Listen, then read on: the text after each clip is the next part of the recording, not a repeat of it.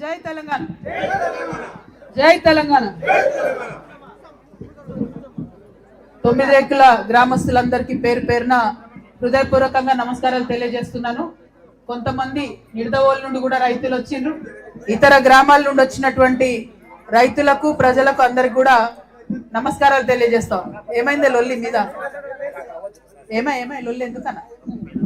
దా ముందుకు రా తల్లి, ఇట్రా ఇట్రా, వాళ్ళ నిల్చుంటారా మా వాళ్ళు ఇట్రా.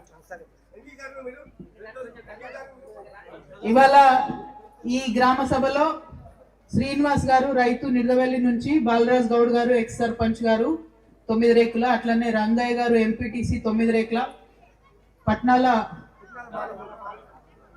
ఏం పేరు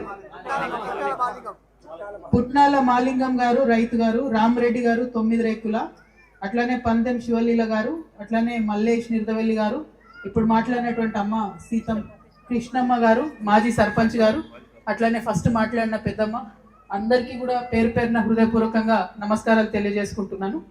మామూలుగా అయితే ఏ గ్రామంలో పోయినా కూడా సంతోషంగా నేను పోయి ఏదో సెలబ్రేషన్ లాగానో పోయేటటువంటి పరిస్థితి. కానీ ఇవాళ ఇక్కడ వస్తే గుండె చెరువైతున్నది. మీ అందరినీ చూస్తుంటే చాలా చాలా బాగా అనిపిస్తున్నది.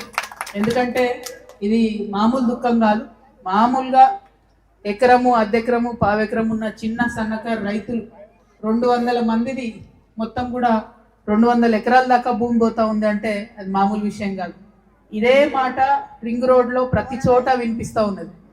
పెద్దవాళ్ళ భూములు కాపాడిండ్రు, చిన్న వాళ్ళ మీద పడుతున్నారు. మరి ఎందుకోసం ఇది అన్నది ఒక్కసారి మనందరం ఆలోచించుకోవాలి. మీ అందరినీ నేను కోరేది ఒకటే, పెద్దవాళ్ళు ఎవరు, వాళ్ళ సంగతి ఏంది, పేర్లు గీర్లు అవన్నీ మళ్ళీ చూద్దాం, వాటితో పని లేదు. కానీ ఇప్పుడు మనకు అర్జెంటుగా కావాల్సింది ఏంటంటే అసలు సెంటర్ పాయింట్. ఇందాక రామరెడ్డి అన్న చెప్పినట్టు సెంటర్ పాయింట్ ఎక్కడ ఉంది? సెంట్రల్ బస్ స్టేషన్ నుంచి 25 కిలోమీటర్లు తీసుకున్నారు గట్కేసర్ దిక్కు, ఇటు దిక్కేమో ఔటర్ రింగ్ రోడ్ నుంచి 25 కిలోమీటర్లు తీసుకున్నారు. దాంతో ఇంత లోపలికి రోడ్డు జరిగింది. సరే, ఇక్కడ వేరే పద్ధతి పెడుతున్నారు RRR అని అనుకుందామంటే, మరి మొత్తం RRR అంటే హైదరాబాద్ చుట్టూగా ఉండాలి. అన్ని దిక్కులైతే ఒక తిరగలేదు, వంకర టింకర నీరు గట్ట తిరిగినట్టు నీళ్ళలో అట్లా తిరుగుతుంది రోడ్డు. దాంతోనే ఇప్పుడు బాధ. మరి ఎందుకు ఇట్లా? ఎవరి కోసం ఈ రోడ్డు? ఎవరి డెవలప్మెంట్ కోసం, ఎవరి అభివృద్ధి కోసం? దీన్ని మాత్రం మనం ఖచ్చితంగా అడగాల్సినటువంటి అవసరం ఉన్నది. అది తప్పకుండా అడుగుదాం. ఎందుకంటే భూమి పోయేటటువంటి రైతుకి కనీసం లాభం అన్న జరగాలి, ఈ ఊరికన్నా ఏమైనా లాభం జరగాలి. అట్లా కాకుండా 3వసారి మార్చి 4వసారి మన 9 రేకులకు వచ్చిరంటే ఖచ్చితంగా దాని వెనుక ఏదో కుట్ర ఉన్నది, మంచి అభిప్రాయం అయితే లేదని మాత్రం అర్థమవుతా ఉంది. ప్రతి చోట అట్లనే జరుగుతుంది. మొత్తం ఈ రీజనల్ రింగ్ రోడ్ అంతా కూడా మళ్ళా సర్వే చేయాలని చెప్పి నితిన్ గడ్కరీ గారని మంత్రి ఉంటారు, ఆయన చాలా మంచి మనిషి. మేము ఆయనతో కలిసి పార్లమెంట్లో పనిచేసినాం. నేను రేపు పొద్దున్నే మొదలు ఆయనకు లెటర్ రాస్తా, తర్వాత ఆయన అపాయింట్మెంట్ అడుగుదాం. ఆయన అపాయింట్మెంట్ ఇచ్చారంటే మనందరం కూడా పోదాం. మహారాష్ట్ర అయితే మహారాష్ట్ర, ఢిల్లీ అయితే ఢిల్లీ పోదాం. అందరం పోయి నితిన్ గడ్కరీ గారి దగ్గర కూర్చొని మరి మెదక్లు ఏమవుతుంది, గట్కేసర్లు ఏమవుతుంది, ఇటు దిక్కు ఏమవుతుంది, మన మహబూబ్నగర్లో ఏంది ఈ సంగతి ఏంది, ఇవన్నీ కూడా అడుగుదాము. అడిగి ఖచ్చితంగా ఒకటే తీరు అందరికి ఉండాలి రూలు. దానికోసం ప్రయత్నం చేద్దాం. ఎందుకంటే ఎక్కడ ఏ తెలంగాణ బిడ్డ బాధపడ్డా మనందరికీ బాధనే. అందరికి ఒక సమానం ఉండాలి రూల్ అనేది. కానీ ఒక్కొక్కరికి ఒక్కొక్క తీరు, పెద్దవాళ్ళకి లాభం అయ్యేటట్టు, చిన్న వాళ్ళకి నష్టమయ్యేటట్టు ఉండొద్దు అనేది నా ఆలోచన. అందుకోసమే ఇంత లేట్ అయినా ఇక్కడ దాకా వచ్చింది. ఎందుకు అంటే ఈ దుఃఖం గురించి మా సీమ రమేష్ అన్న చెప్పిండు, మా అధ్యక్షుడు పాండురంగారెడ్డి అన్న చెప్పిండు, అట్లనే మా ముస్తఫా గారు మైనారిటీ సెల్ ప్రెసిడెంట్ తని చెప్పిండు, మా కోలసీన్ అన్న చెప్పిండు. అక్క ఒక్క తీరు లేదు, వాళ్ళ బాధ గోడుని ఏడుస్తున్నారు. మీరు ఖచ్చితంగా రావాలంటే ఇంత రాత్రి అయినా మన అక్క వాళ్ళు ఉంటారా ఉండరా అనుకుంటూ వచ్చినా నేను. కానీ వచ్చే వరకు మీరు అందరు కూడా ఉన్నారు. కాకపోతే ఆడబిడ్డ కళ్ళలో ఎప్పుడు సంతోషం చూడాలనుకుంటా నేను. ఇవాళ ప్రతి ఒక్కరి కంట్లో కన్నీరు చూస్తూ ఉంటే చాలా బాధగా ఉంది అక్క. ఖచ్చితంగా పోరాటం చేస్తాం, మీ పక్షాన నిలబడతాం. అవతల వాళ్ళు ఎంత పెద్దవాళ్ళైనా కానీ, మంత్రులు కానీ ముఖ్యమంత్రులు కానీ ఎవరైనా కానీ, మన కొట్లాట మనం కొట్లాడదాం.